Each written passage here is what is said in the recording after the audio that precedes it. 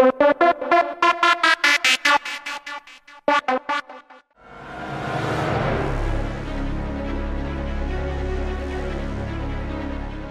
вы уже забыли, Роза Исааковна, то мы прекрасно помним, какой бардак был после принятия новой Конституции.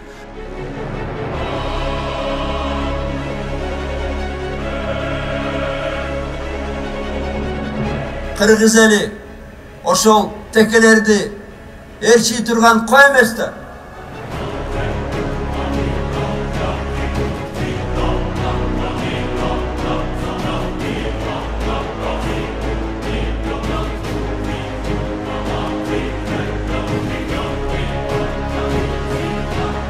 Мы с Атамбаевым достаточно близкие, можно сказать, в какой-то мере родственники.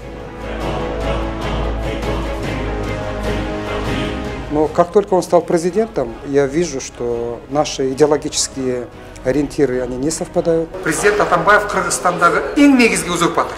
Атамбаев бүгүнкү күндө кыйналып турганда, бул жагынан биз кандайдыр бир чогуу иштегенге мүмкүнчүлүк бар деп айтсам жаңылышпайм.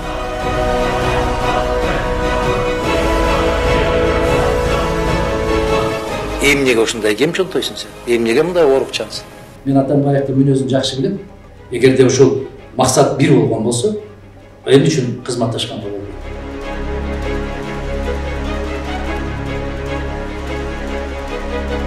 Атамбаевдин эч кандай типи да келбейт, эрки да келбейт, аң сезими да келбейт. Чыныгы оппозиция бул жерде форумда эмес, жогорку кеңештин ичинде болушу керек.